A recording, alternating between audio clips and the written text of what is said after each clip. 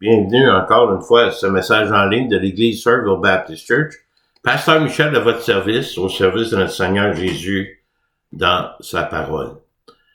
Une citation assez intéressante ce matin. Nous ne travaillons plus pour trouver notre identité parce que nous l'avons trouvée en Christ. Et vous savez, dans le monde que nous vivons aujourd'hui, il est important de savoir à qui nous appartenons et à quoi que le monde s'en va. Et avec la parole de Dieu et sa révélation dans l'Apocalypse, nous pouvons savoir ce qui nous attend. Mais surtout, que c'est le royaume pour ceux qui sont en Christ.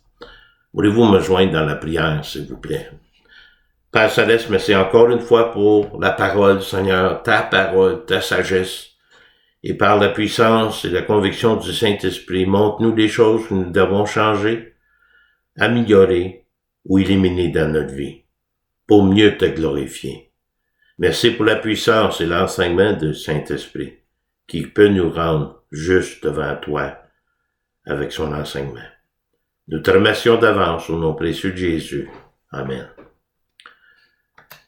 Hébreux 12, 12 à 17, aujourd'hui, la foi démontrée par l'engagement.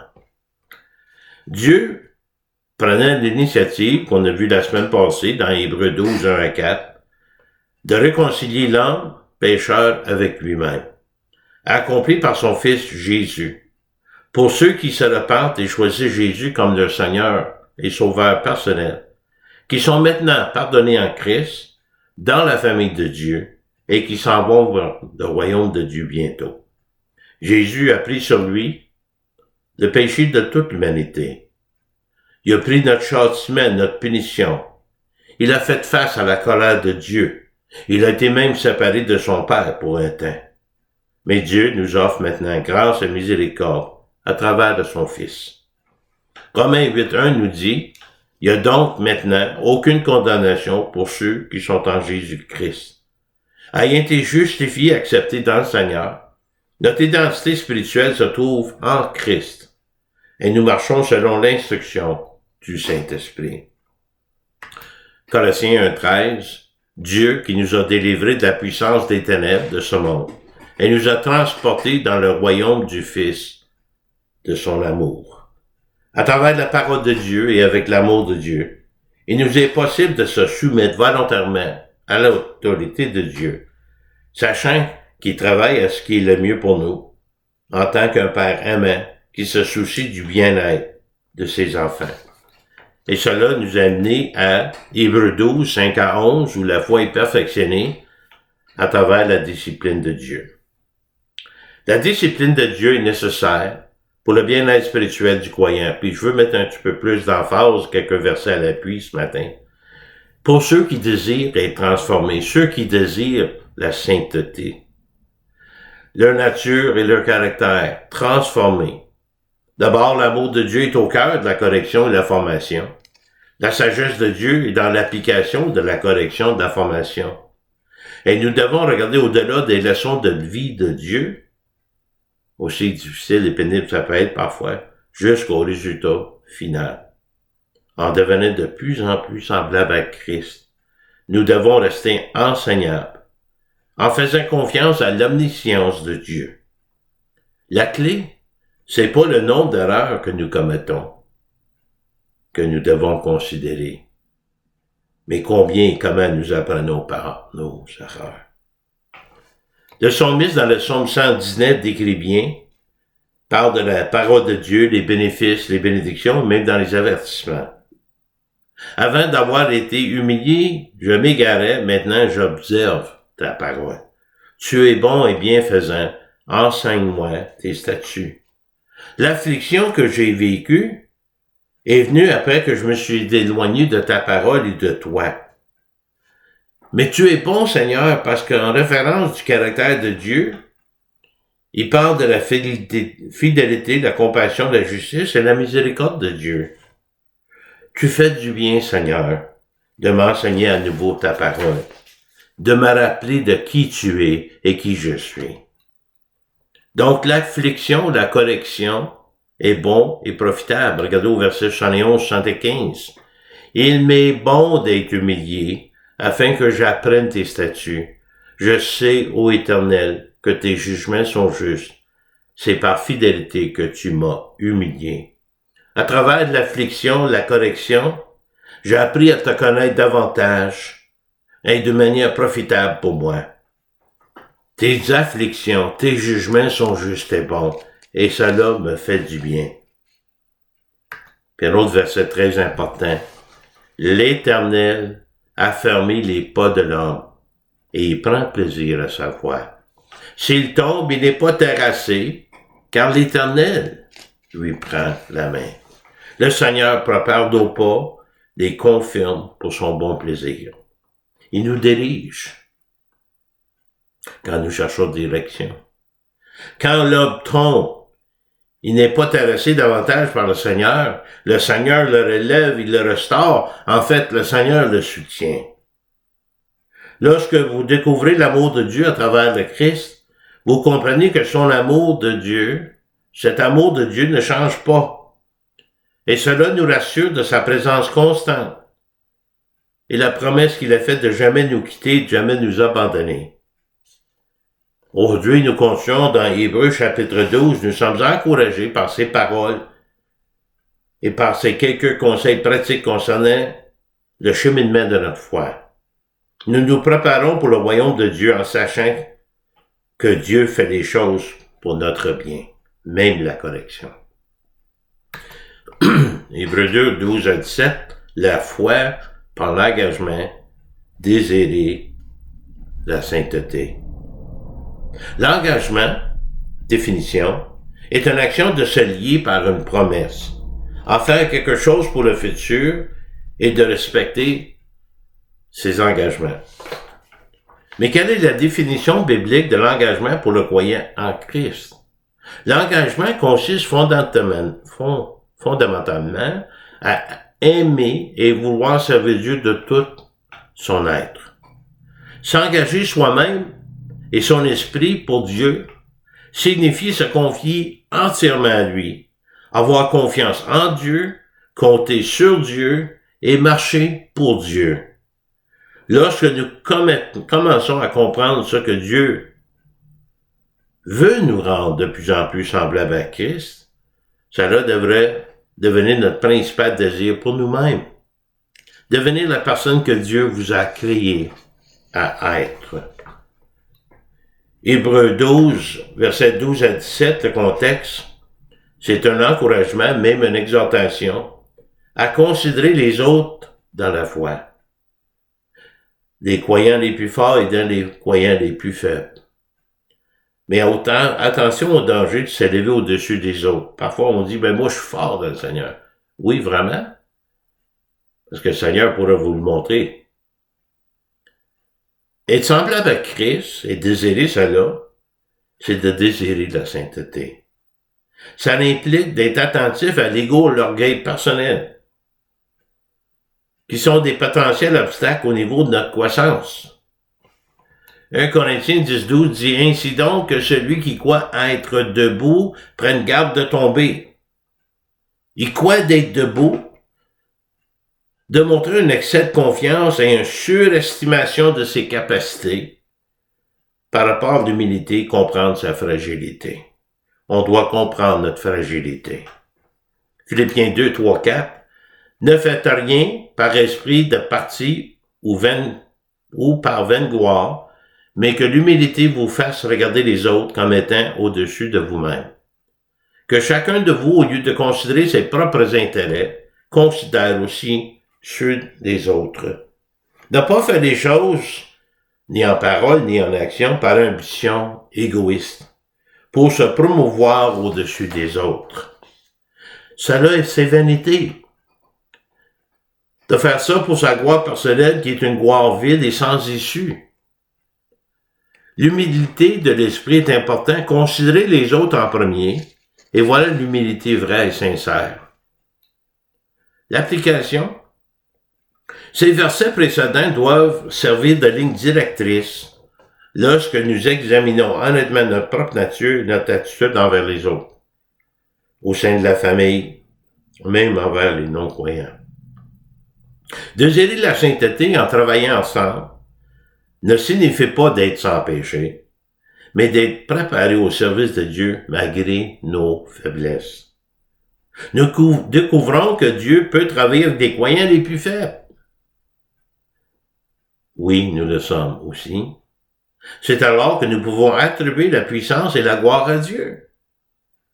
Le défi, c'est de s'engager et de s'engager maintenant et de façon constante. De passer à l'action, s'impliquer activement dans la préparation du royaume de Dieu, en commençant par les croyants, et je pourrais jamais assez en parler, l'Église locale. Courir la course de la foi, c'est trouver la forme physique et la forme surtout spirituelle. D'encourager et s'encourager mutuellement pour la course et de considérer la capacité de chacun à courir. Et chacun doit courir. Hébreux 12:12. Fortifiez donc vos mains languissantes et vos genoux affaiblis.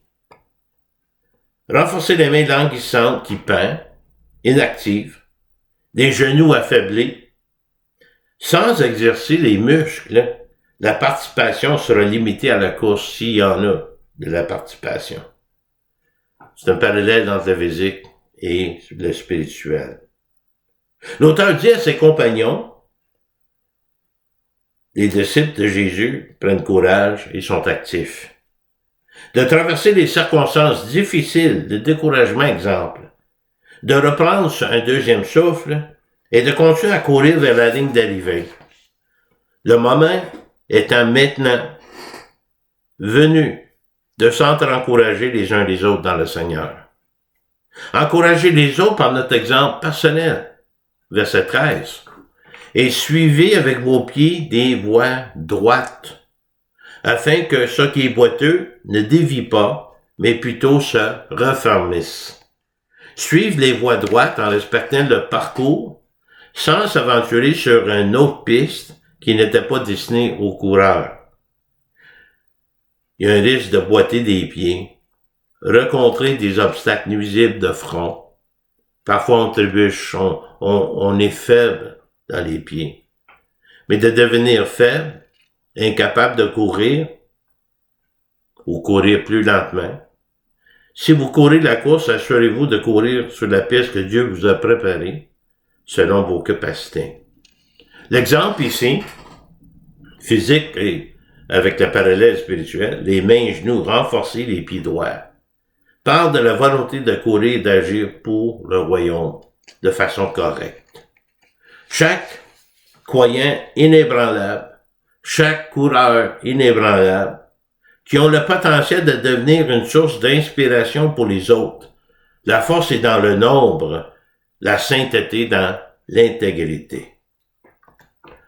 Nous cachons parfois nos faiblesses par désir d'impressionner. Et nous voulons impressionner parce que nous craignons la faiblesse. Mais soyez honnête avec vous-même. Connaissez et reconnaissez vos faiblesses et courez. Il y a de la sainteté aussi à travers des relations, avoir un bon témoignage envers les autres croyants et non-croyants. Regardez ici, rechercher la paix avec quelques-uns? Non, avec tous. Et la sanctification, la sainteté, sans laquelle personne ne verra le Seigneur.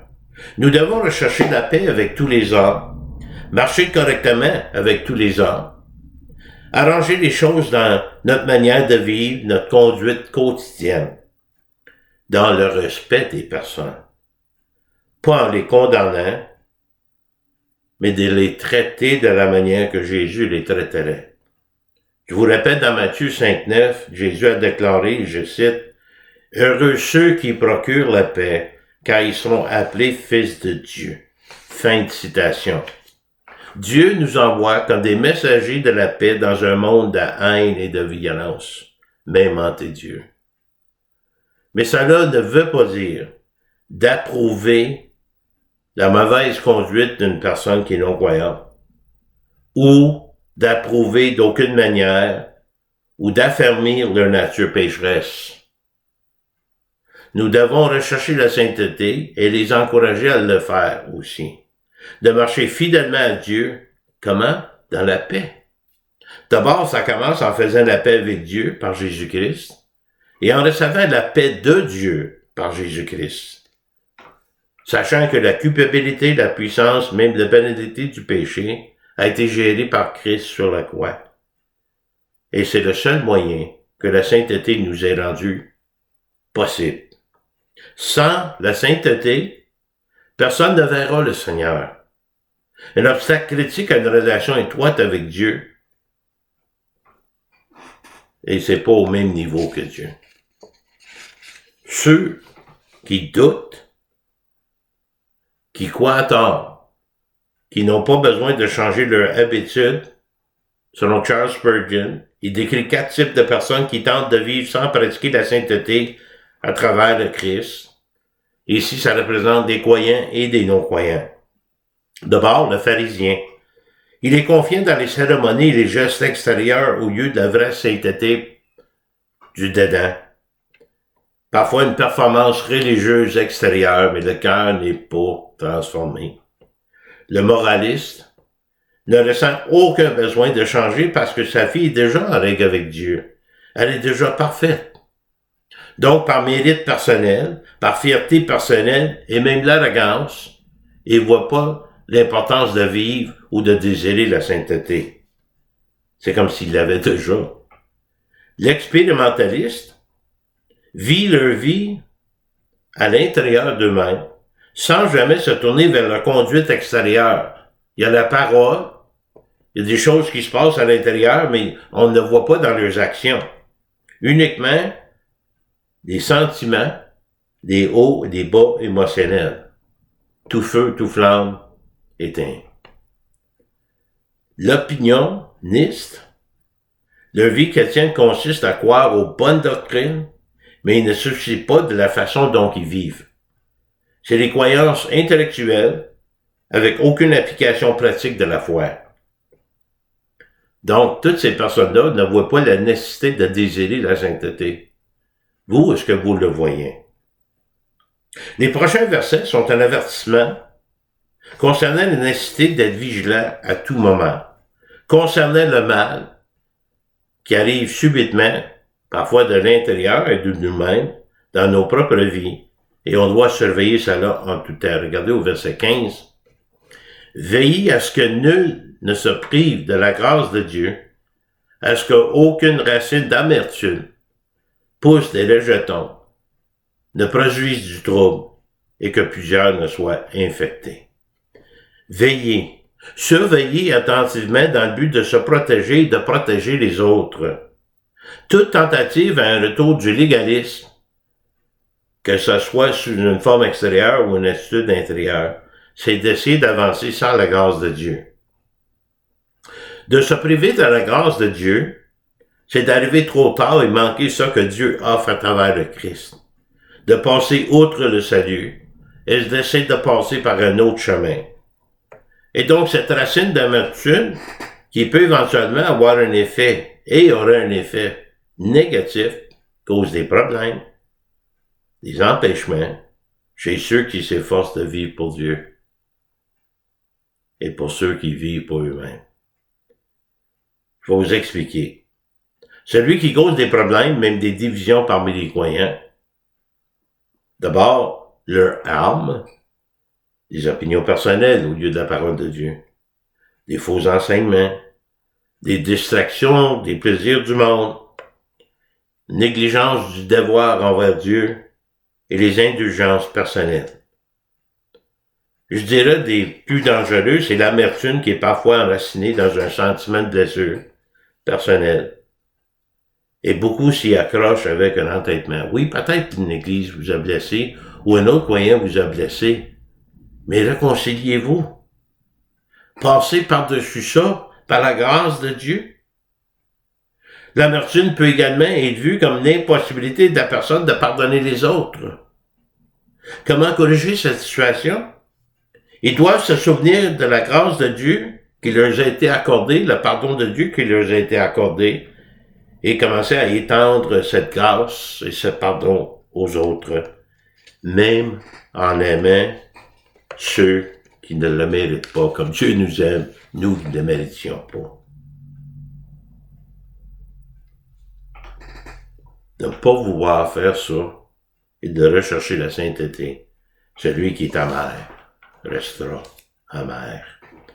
Et là, l'auteur nous donne un exemple de l'Ancien Testament et à ceux qui n'est pas impudique ni profane comme Ésaü, qui pour un mets vendit son doigt d'aînesse. Un impudique étant souvent lié à l'immoralité sexuelle, également considéré comme un apostat. Qu'est-ce que c'est?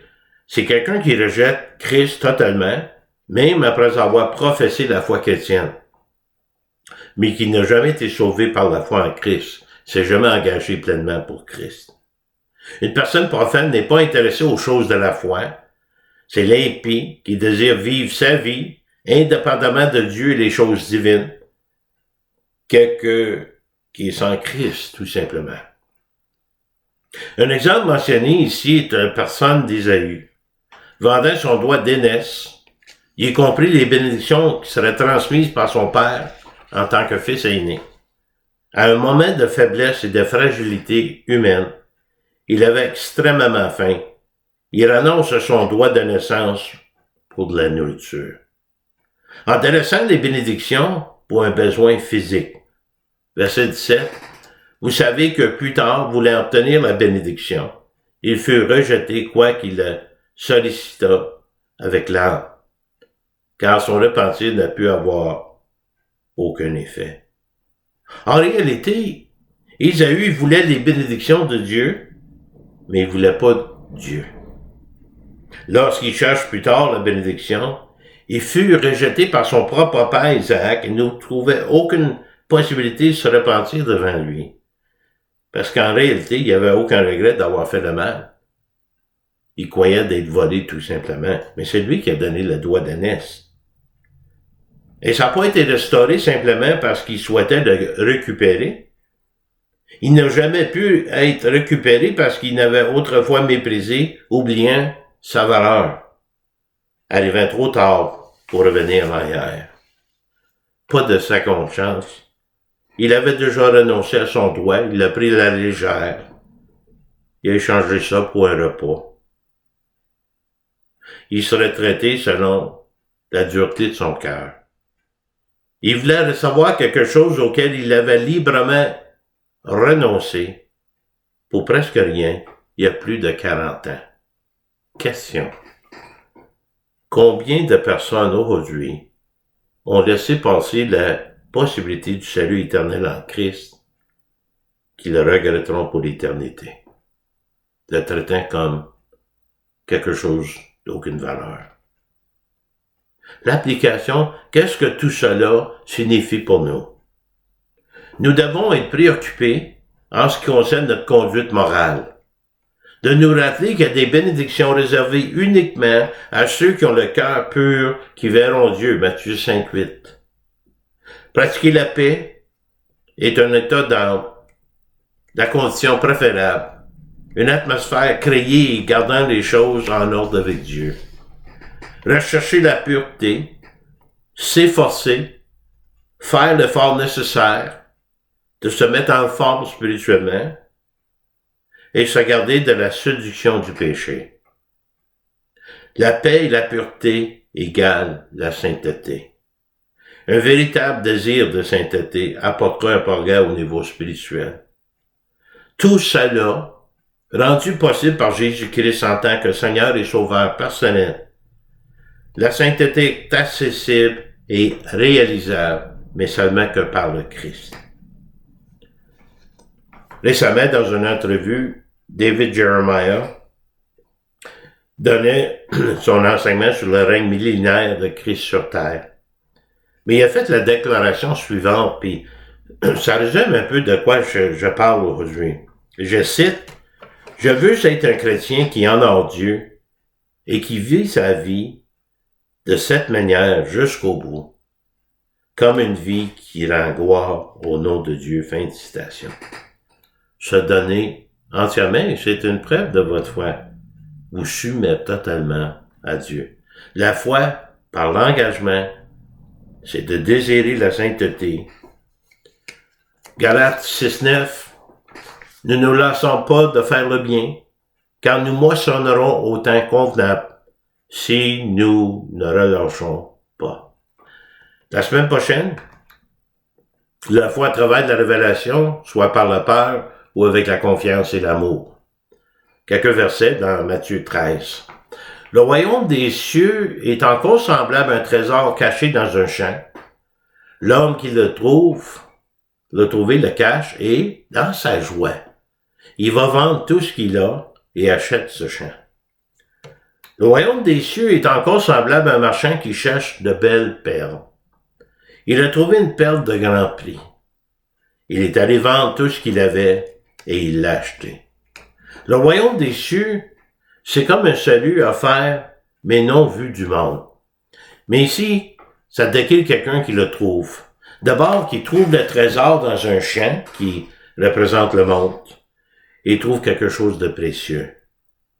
Il trouve une perle de beauté et de grande valeur.